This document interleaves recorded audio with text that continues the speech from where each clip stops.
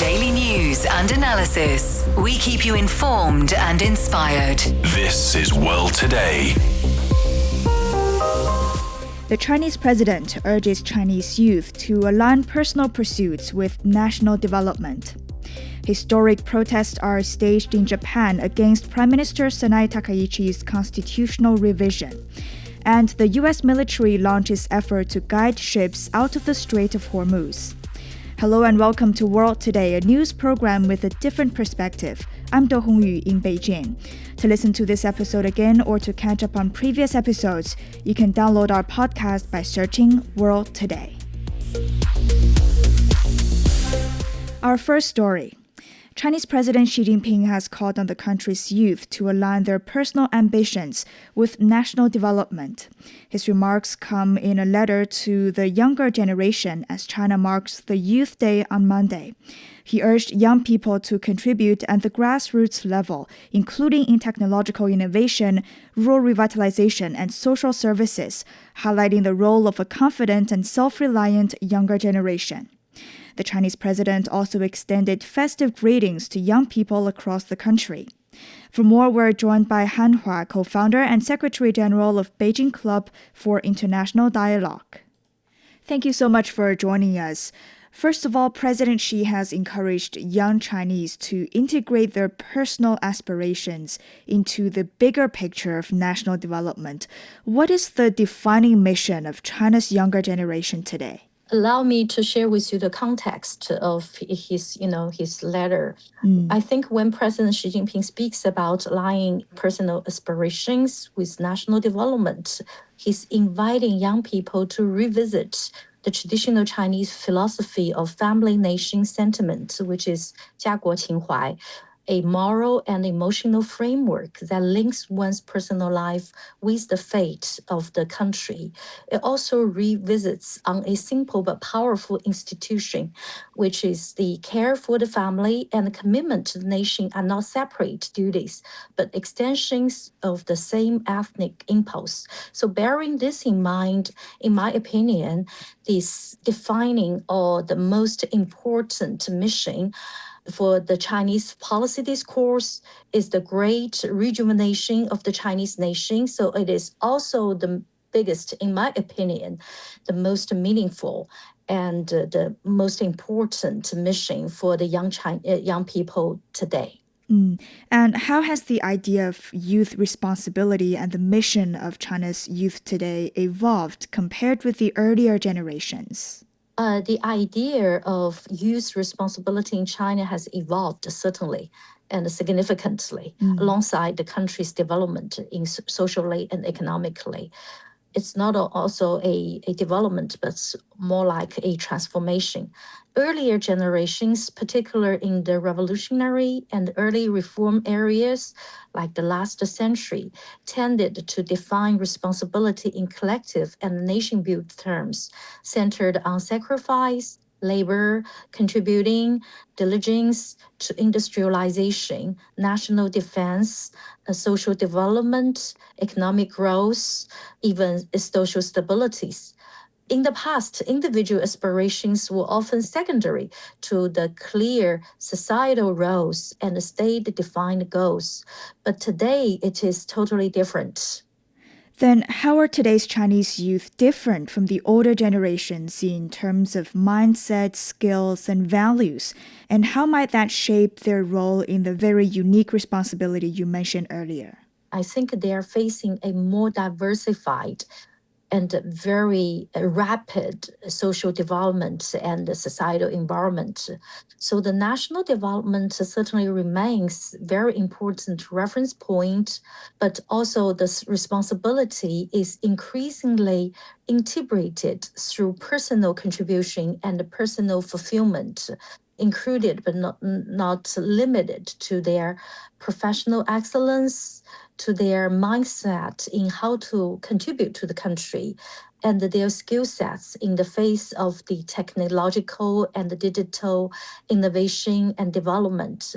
So fields such as technology, entrepreneurship, environmental protection, re-globalization with Chinese perspective and even the cultural production have become the key arenas where youth can develop and also develop on their own and serve the country at the same time.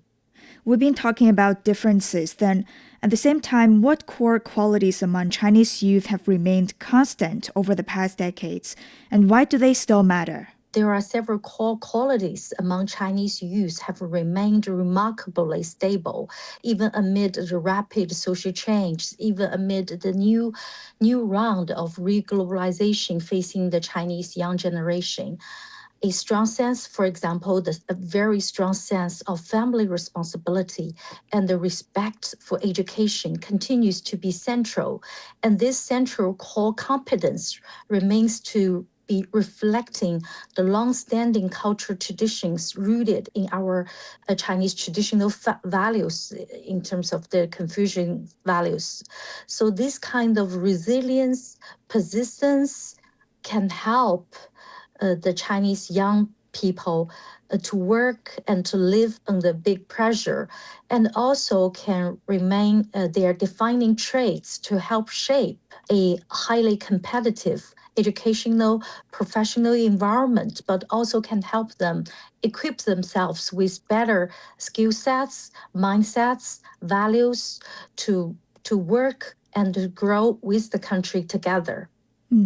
Now, with 2026 marking the start of the 15th five-year plan, President Xi Jinping described this as a key moment for youth contribution.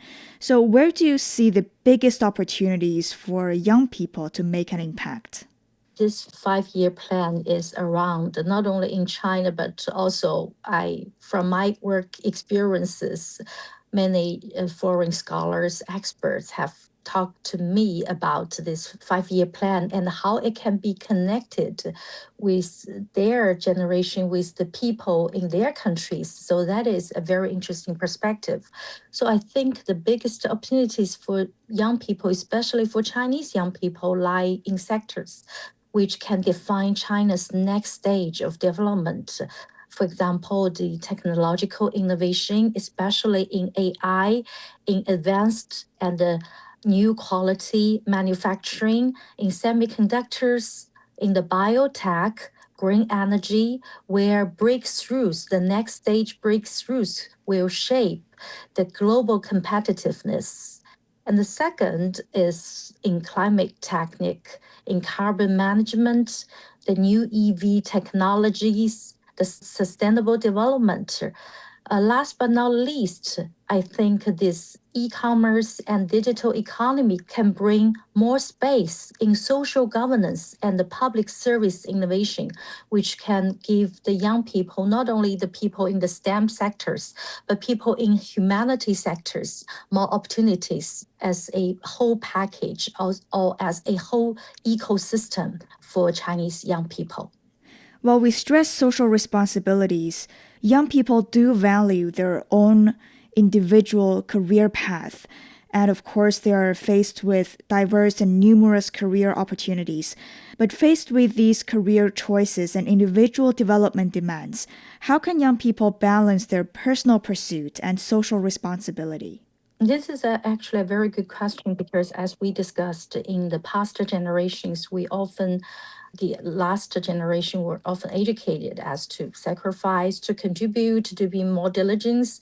There's no discussion even about life-work balance. So I think these young people, if they can balance personal pursuit and social responsibility by aligning individual goals with broader social needs, this can give them a more balanced and more sustainable life work experience and maybe make more contributions, not maybe, but certainly can make more contributions to the societal development.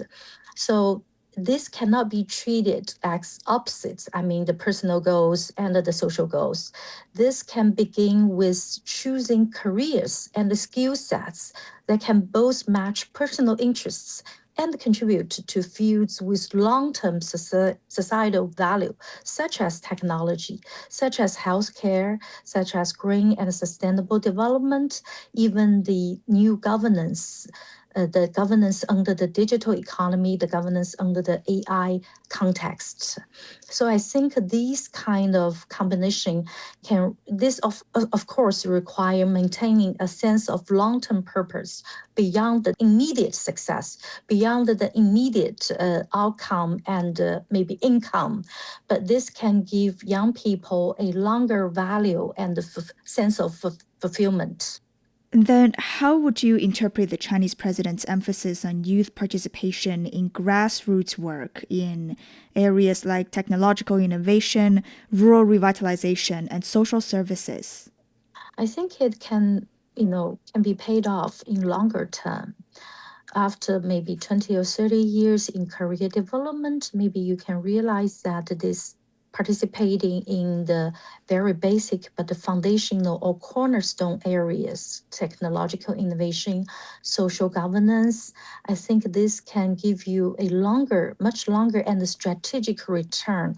So the emphasis on youth participating from day one of their career development in these areas of the foundational work, cornerstone work, reflects a practical governance logic rather than a very symbolic appeal like the finance or the very immediate return areas of work. So I think President Xi mentioning the engagement of grassroots work is to encourage and engage the young people in the areas where national priorities are ultimately translated into a long and strategic outcome. These areas, including technological innovation, like we mentioned, the rural revitalization, it can also reflect a very long-term effort to narrow the urban-rural gaps and to generate more income, more outcome from these urban and the rural shorting gaps. So attracting skilled youth to, for example, specific areas like agricultural modernization, e-commerce for the rural people, and the local governance reform into the very basic levels like the county level. I think these can generate very strategic outcome.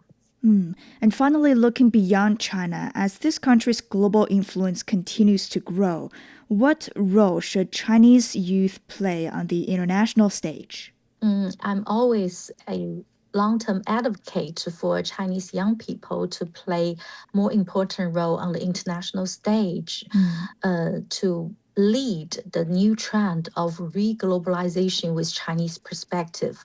This can include, but not limited to, participating into work and job opportunities into the international organizations like the UN subordinates organizations, and contribute to serve as ambassadors in every areas, to be Chinese quote-unquote ambassadors to connect the other areas in foreign countries with Chinese developments, to share expertise in technology, in great development, in digital economy, while also learning from the global best practices as well. So I think on this regard, the Chinese young people can play a more and more important role in cross-cultural communication, help to reduce misunderstanding, and present contemporary China, a modern China, a re-globalizing China into a broader stage through education, through media, through collaborations in technological development, and also through their professional exchange. Thank you very much. That was Han Hua, co-founder and Secretary General of Beijing Club for International Dialogue. Coming up, historic protests are staged in Japan against Prime Minister Strait Takaichi's constitutional revision. This is World Today. Stay tuned.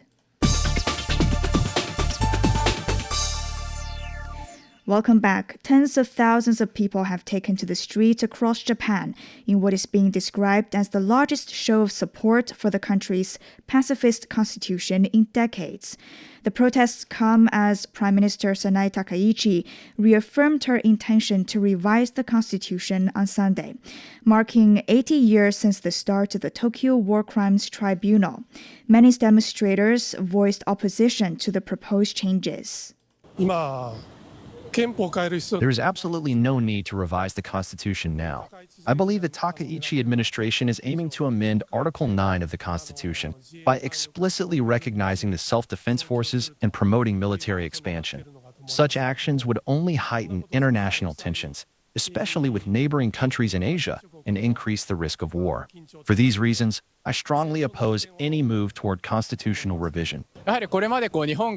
Under Article 9, Japan has, at least in principle, maintained its identity as a peaceful nation. It upheld a ban on exporting lethal weapons, an extension of the post-war commitment that Japan must never again go to war. These long-standing principles are now being fundamentally eroded. I believe the push to allow weapon exports is part of a broader shift. The Takaichi administration is steering the country toward a path that enables war. This is something we must absolutely not accept. I hope the Takaichi administration steps down as soon as possible. Its push toward military expansion is deeply regrettable and should never have happened. I strongly call for its resignation and for an immediate halt to militarization. At a time when many children are still living in poverty, I hope they would stop allocating large sums of public funds to military spending. I urge the government not to use taxpayers' money for military expansion.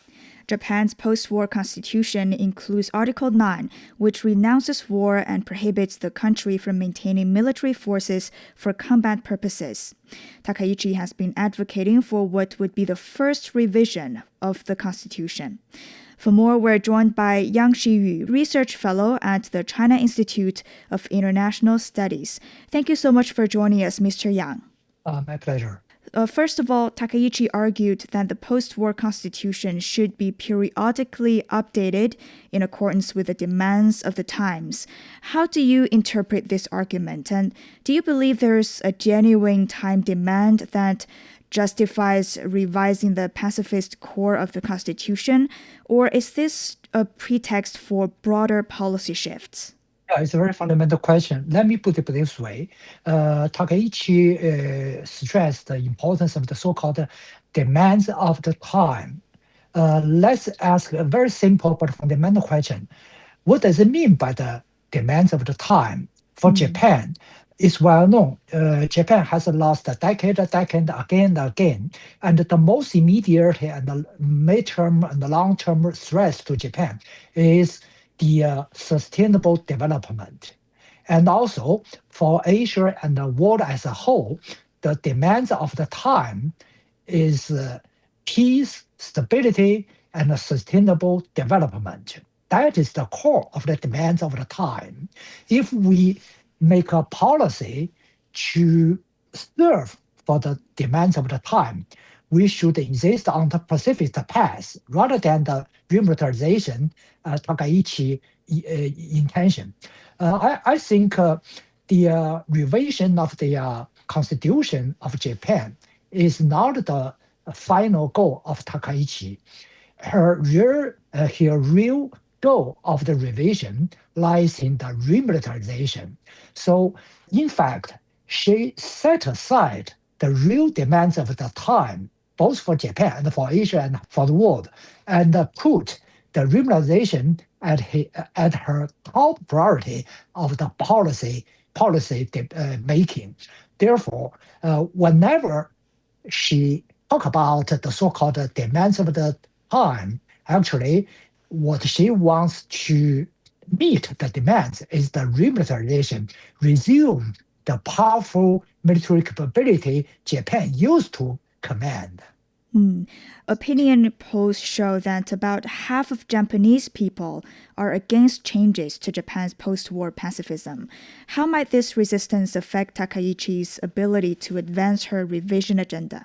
I think Takaichi's push for the revision face quite fundamental challenges, mainly from the opposition of the grassroots, simply because the people in the grassroots in Japan now is very difficult. Their living standards are declining rather than rising. But on the other hand, the picture shows the Japanese government has kept rising the military expenditures. So the picture is very ironic. On one hand, the people's living standards and the income are declining. On the other hand, the governmental military expenditure is fast rising. Why is that? So simply because the right-wing government serve for their political goals rather than for the grassroots the needs. Therefore, their decision to push forward the revision will certainly make the deeper and deeper division of the Japan's society. And I think no matter what the results her political push get, the division of the Japan society has been inevitable. Now it's been 80 years since the beginning of the Tokyo trials, where judges heard testimonies and examined war crimes and atrocities committed by Imperial Japan throughout Asia. Although all 25 defendants were found guilty, many war criminals were released or never prosecuted. So how does Japan's incomplete reflection on its World War II war crimes connect with its current push to revise the pacifist constitution and other neo-militarism moves like lifting its ban on lethal arms exports? Let's make a comparison. Right after World War II, two international tribunals were taken. One was on the Hitler's Germany. The other is on the military's Japanese criminals. And in Germany, their pacifist reform was completed. Therefore, all the important key criminals were judged and got the consequences. To the contrary, because of the complicated geopolitical conditions in Asia during the 1950s, Japan's pacifist reform was incomplete. Therefore, as you mentioned, some key criminals was released, even never go to the sentence. Such incompletion of the pacifist reform left a route for the re-rising the remilitarization or right-wing ideologies. Therefore, the current right-wing's movement for the revisionism stem from the incompletion of the Tokyo trials implementation. And finally, within 1 minute, at a time when Japan's new militarism is gaining pace, what significance does the Tokyo trial hold? It's very important. I think the Tokyo trial lay a base for the international justice, international peace, and for Japan. The trial lay a base for the pacifist path for Japan. Now that the right wing of Japan's politicians want to revise the constitution, that means they want to remove the base for Japan's pacifist path, remove the base for the international justice and the international security and the peace. Okay, thank you very much. That was Yang Shiyu, Research Fellow at the China Institute of International Studies. You're listening to World Today. More to come. The U.S. military launches effort to guide ships out of the Strait of Hormuz. A U.S. survey shows Americans' views of China is improving. To listen to this episode again or to catch up on previous episodes, you can download our podcast by searching World Today. We'll be back after a short break.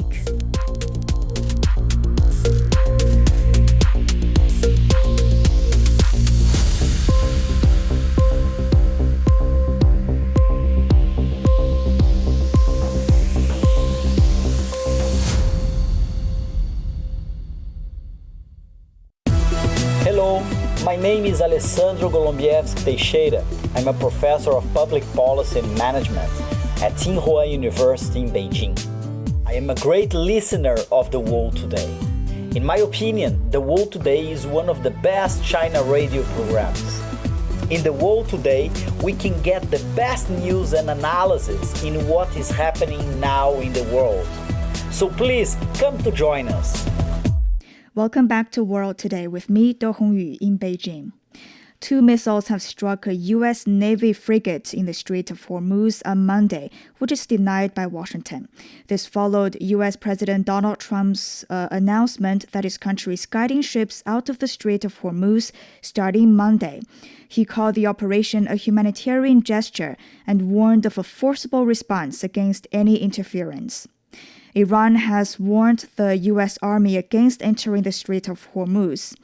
Meanwhile, Iran says the U.S. has responded to its 14-point proposal to end the ongoing conflict. The Iranian Foreign Ministry says the response is under review. It stresses that Iran's plan focuses solely on ending the war and does not include any nuclear-related issues.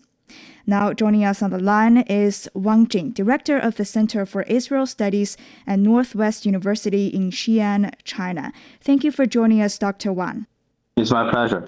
How would you assess the real strategic purpose behind the U.S.'s new operation to guide ships through the Strait of Hormuz beyond Trump's description of it as a humanitarian gesture? I think two major motivations behind the United States' latest decision. One is that we cannot deny that as the closure of the Hormuz Strait, particularly imposed by Iran, actually led to the dissatisfaction of the Gulf Arab states. Given that many Gulf Arab states, or nearly every one of them, is an important ally of the United States in this region, and the United States cannot deny and cannot ignore the course expressed by these regional countries. So that's why it is very first the motivation. And the other thing is that I think the United States is trying to change the international opinion, public opinion over what is happening over the Strait of Hormuz. During the past weeks, I think nearly everybody now is blaming the United States. They believe the United States' war against Iran led to the stalemate in this region, and the United States' very aggressive moves actually led to the closure of the Hormuz. So that's why the United States now said, okay, they want the passage of the Hormuz restarted again, and they hopes that everybody would unite again with United States themselves. So that's why they are trying to compete with Iran over the international public opinion. So that's why they hope that they could start the patrol. So that's why I think there are two major motivations behind the United States' latest decision. These things, I think, are very important. Okay. Now, given Iran's explicit warning against U.S. military entry into the Strait of Hormuz, what is the risk level of direct military confrontation between the United States and Iranian forces in this critical waterway in the short term? Well, I think, of course, the risk for the restarting war is very high. Given that Iran, if we look at the map, Iran has already started to separate two parts, has already decided to separate the Hormuz Straits into two parts. The southern parts, traditionally the passage, belong to Oman and the Emirates, and now become the war of the area of war, which is forbidden for passage imposed by Iran. And then the northern part, which is the traditional water near Iran, now become the only passage into the Hormuz Strait or get out of the Hormuz Strait, and should be monitored and controlled by Iran. So that's why when the United States, they decided to forcefully or coercively with the aim to go inside or help the ships get outside of the Hormuz Strait. They have to never challenge the so-called war zone in the south of Hormuz, or they have to challenge the dominance of the Iranians' military forces in the northern part. So that's why no matter which way they have to take, we will face the kind of the rising possibilities restarting war. So that's why I think in the next maybe days, if the United States really try to change the status of the Hormuz, and if they really try to do something coercively, I think we will face the possibilities of rising very significantly of restarting a war between United States ships and naval forces near the Gulf Arab states and Iranians' military forces near the Hormuz Strait. Iran has put forward this 14-point proposal focused solely on ending the conflict, excluding nuclear issues. What does this tell us about Tehran's current priorities and strategy? I think Iran's message is very clear. that their stance is very still assertive, and they don't want to make any concessions or major concessions, which might be preferred by the United States.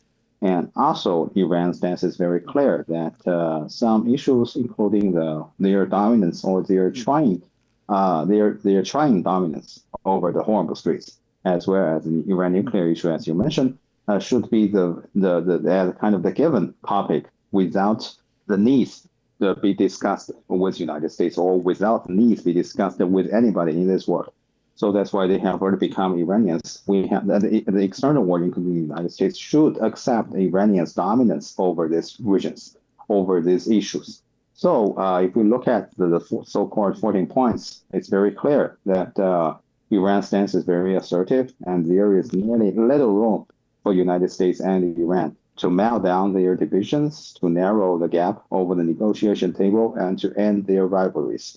So that's why I think everything now is very clear that no possibilities and no chances to end the competition or end the divisions on the negotiation table, and the political and the diplomatic as well as the military stalemate will continue. The only way to change the status quo might be the military way. So that's why I think it is highly likely the war will restart again in the recent future, between the United States and Iran. Okay, thank you very much. That was Wang Jing, director of the Center for Israel Studies at Northwest University in Xi'an, China. Coming up, a U.S. survey shows Americans' views of China is improving. This is World Today. We'll be back. Hello, I'm Yan Liang, Kramer Chair Professor of Economics at Willamette University. In a rapidly changing world, staying informed has never been more important. World Today delivers sharp analysis, global perspectives, and the stories behind the headlines. It is your trusted source to understand what's shaping our world. World Today, bringing the world closer. Welcome back. An increasing number of Americans are viewing China more favorably, signaling a softening in U.S. attitudes toward the country. According to a new survey by the U.S. Pew Research Center, the shift is driven largely by Democrats, Democratic-leaning independents, and younger adults. Compared to last year, fewer Americans now call China an enemy, while more see it as a competitor. For more, my colleague Song Ruixin earlier spoke with Wang Zichen, Deputy Secretary General at the Center for China and Globalization. According to the survey, 27% of Americans now hold a positive opinion of China. That's up 6% from last year and nearly doubled since 2023. So what's really driving this shift, and does it signal a lasting change or just a temporary fluctuation? Well, thank you for having me here. I would read this as a modest softening, not a fundamental shift. The favorable views has risen to 27%, which is a noticeable increase from recent lows, but that's still far below where things were a decade ago. So the baseline is still quite negative, we have to admit. What is driving it, in my view, is maybe less about China suddenly becoming more popular or more about adjustment after a very tense period of heightened tension. There may be a few things going on. One is, I guess, Americans are reacting to their own domestic debates, trade policy, inflation, and other very contentious stuff. Another is perhaps fatigue from the very confrontational rhetoric. I would add that U.S. President Donald Trump has, when he talks about China recently, he would like to describe the Chinese leader as his good friend, and China is a great country, so maybe that helps a little bit.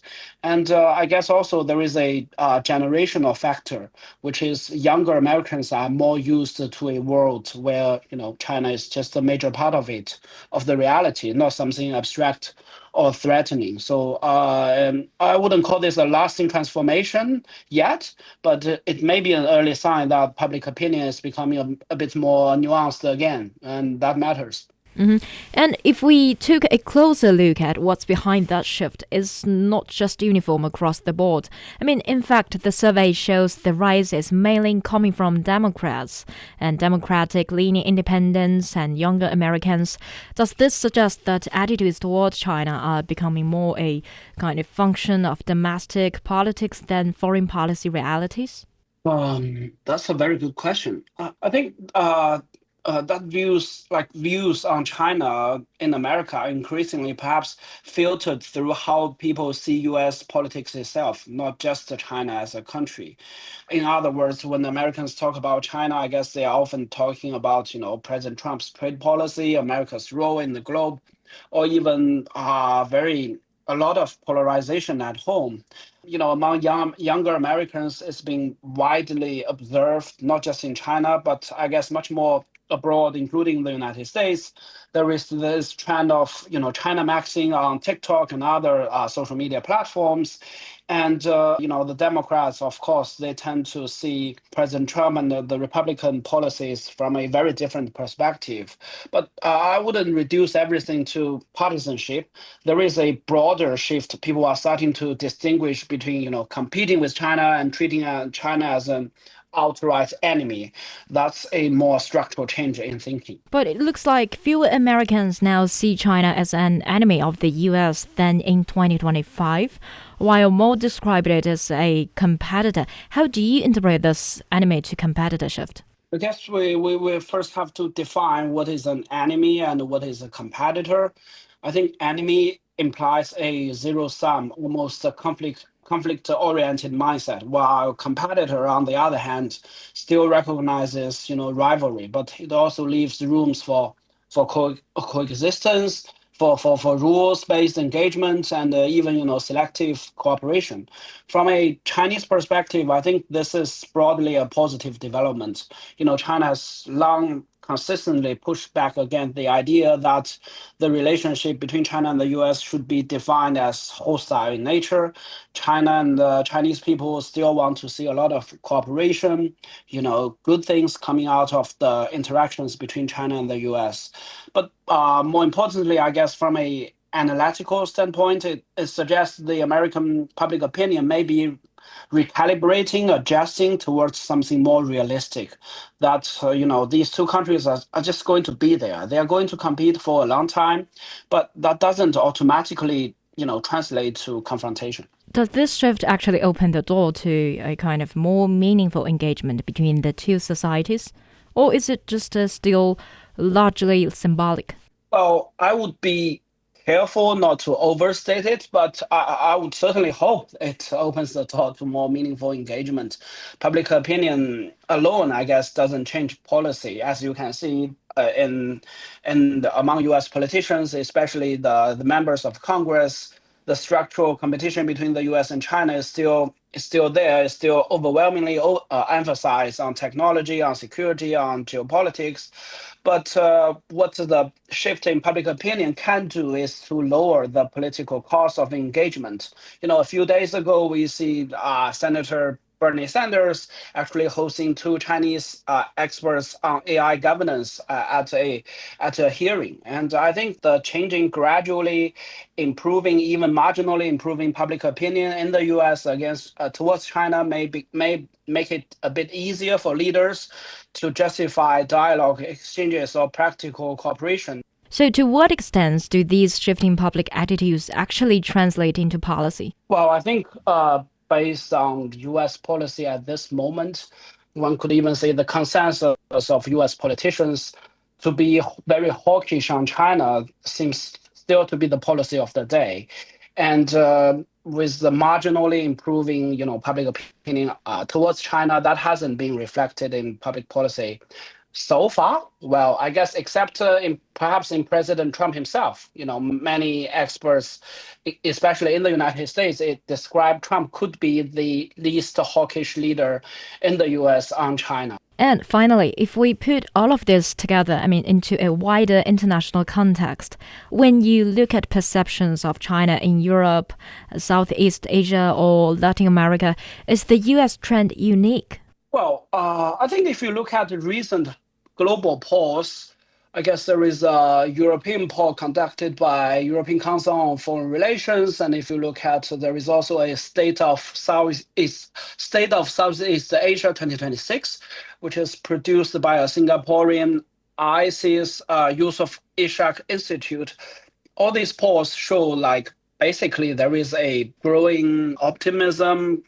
Basically China's favorability is growing across the world, but not at a huge extent, but at least there is like an improvement. That one, the one I described just now in the Southeast Asia, for example, the poll results recognize China's economic importance and influence. And at the same time, like the countries, at least the polled people in the state of Southeast Asia, they want reassurance on issues like security and predictability. So I guess it's both opportunity and a risk mindset. And from other countries, I guess when they are polled on their attitude towards China, they are also comparing, between China and the United States. And I think it goes without saying, people are now seeing the U.S. in a much worse light because recent U.S. domestic politics and especially its foreign policy interactions, for example, in starting the war in Iran and other. So in the U.S., it has a much stronger tendency to frame China in strategic or ideological terms. So I do think in that part it is a bit unique. So I would say the U.S. is not alone in slightly reassessing China, but the stakes and the narrative are much sharper in the American case. That was Wang Zichen, Deputy Secretary General at the Center for China and Globalization, speaking with my colleague Song Ruixin. Coming up, Unitree Robotics' first direct-operated store opens in Beijing. This is World Today. Stay tuned. Welcome. I am Chu Zhang, Deputy Director at the Center for Middle Eastern Studies at Fudan University. On the World Today program, we will dive beyond the headlines to uncover the stories, trends, and impacts that connect states across the globe. Join me on World Today.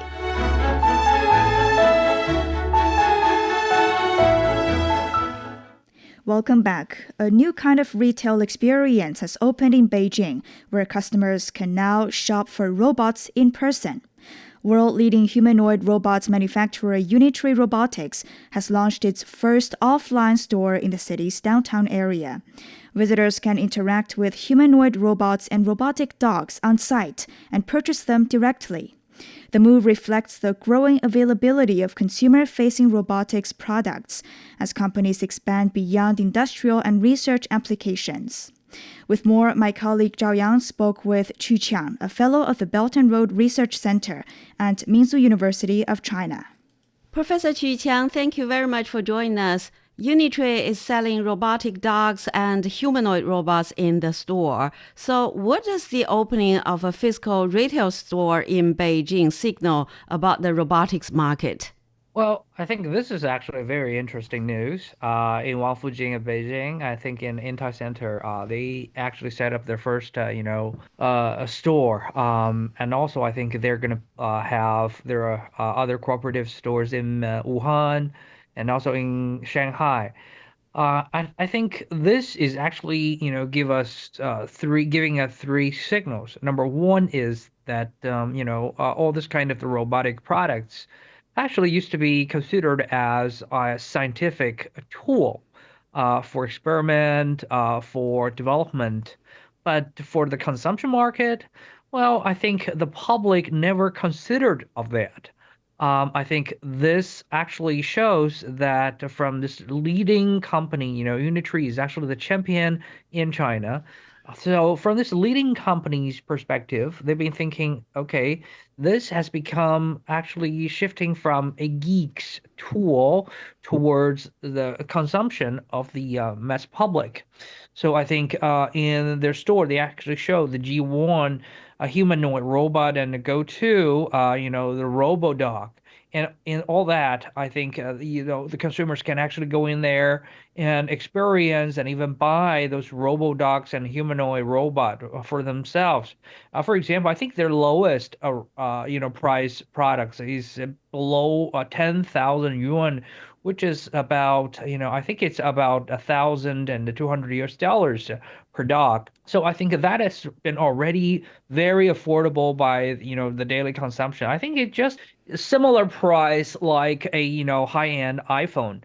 And also, I think more than just testification in the consumption market. I think more importantly is about education and reaching out of the brand. You see, a lot of people can go there and to touch and experience this robot for themselves instead of only watching, the Kung Fu performance in the Spring Festival show. And also, I think, all this kind of a large scale consumption market can actually scale up the production, which means better quality, larger scale can make you has larger quality production and also lower price. And also can help you to polish all kinds of, technologies and services. And you can get lots of the feedbacks in the daily use. So for the producers, for the company, they will understand how can they improve this product in the future. So I think that is even I think it's even a bigger wealth for this company in the future. And we are seeing technologies from robot marathons potentially transferring to household robots. So how far are we from truly autonomous humanoid robots? And if robots become affordable for households, what role will they play? Well, I think in the future, I think we really won't have this kind of humanoid robot in our home. For example, currently you see the RoboDog has already been into the house. We've been seeing that many parents are buying this RoboDog for the company, their children, and also for the security purposes. But I think this is only half for fun and half for a companionship. But for the humanoid robot, I think they still have, some distance away from the real use in a family services. Currently, we've been seeing that lots of the robot can run the marathon. They can go to the inspections in the industrial park, and also they can provide emergency aid and etc. And also doing the logistic transportation. But in the future, I think a more promising future is that for the robo-dog and for the humanoid robot, they can have affection and interaction with people, which means you can talk to them. And also, especially when we're into an aging society, with many senior people, and this robot can actually help them emotionally and physically. For example, for the old people, they can help them to, pick up the parcels, clean the room, and also cooking, and also tidy the room, and even in some very critical moment, help them to help these senior people. But I think they still need 5 years or longer time for them to, identify such a complicated scenario, recognize very, very delicate emotions. For example, sometimes old people can be delusional and they don't know what they're talking about. So the robot actually will have to recognize what is his real intention, what is sometimes just a murmuring. So, and I think that will be the long-term target for the real use in the family for those robots. And how do the capabilities demonstrated by humanoid robots in marathon translate to the real world value and applications? Well, I think this is actually a very important task for the robot. Remember, when we try to launch people onto the moon, a lot of people are asking, what do we need to put people onto the moon? We still have so many poor people on the earth. But actually, launching people to moon and all this technology contained inside of this kind of the universe marathon actually has been benefiting us even today. For example, the technology of the semiconductors, of the new materials, of the transportation, of the fuel use, and all that has been spilled over to the consumption level. So that's the reason why we're talking about the robot marathon. It's not just a tech show, but it's more like a tech test. Because in the future, many of this kind of technology spill over can also benefit to all of us, like the motion control and dynamic balance. This is very important in logistic businesses. For example, in a warehouse, you're going to use a humanoid robot to help you to move all kind of the parcels around and also to do the inspections in a long route. So this actually requires those robots have very delicate move control, to move things around. And also for the navigation and the dodging all these barriers, and also about the mileage and the heat management, and also about the multi-dimensional sensoring and all that robotness. And also this kind of a delicate sensing capability will enable those robots to do more complicated tasks, including what we just discussed about, taking care of elder people or children at home. So this is a very important task and a try out in a longer term for wider use and scaled-up services. And as we know, China dominates the global humanoid robots shipments. So how does this sector's development here in China compare with that in the United States? Are they moving in the same direction or taking different paths? Well, I think in China and America, I think we are, in some way, we're doing, very, much of the consensus. For example, we agreed with each other that we will have a very similar way of development. For example, they have the Boston Dynamics, we have the Unitree. We both developed the humanoid robot because we understand why humanoid robot is because currently most of the physical environment we've been developed is actually based on human bodies, right? We have the doors, we have the letters, we have all kinds of the tools. They've been designed, for example, to fit in our hand, to fit in our size. So if we can develop a humanoid robot, we don't need to remodify our infrastructures. For example, to develop a road specifically for the robot, so that will be lower cost in the future. And also, I think humanoid robot can be easier for the services and the companionship. And also, I think human body is a very delicate tool. It can be used for multiple and universal purposes. So I think humanoid robot is absolutely one of the very important embodiment for the AI. So I think this has been agreed by China and America. But I think in the future, we do have our differences. For example, in Boston Dynamics, their electric motion controllers are less used than in China. They believe in, some other, source of energies like the oil powered, instead of have the electric motor powered, humanoid robot. And also not only by the hardware, but also by how we can, drive up the capability of the robot by the scenarios. These are also very, very different. That was Qu Qian, a fellow of the Belt and Road Research Center at Minzu University of China, speaking with my colleague Zhao Yan. And that's all the time for this edition of World Today. To listen to this episode again or to catch up on previous episodes, you can download our podcast by searching for World Today. For further discussion, you can follow us on X at CJTN Radio. I'm De Hongyu in Beijing. Thank you so much for listening. Bye for now.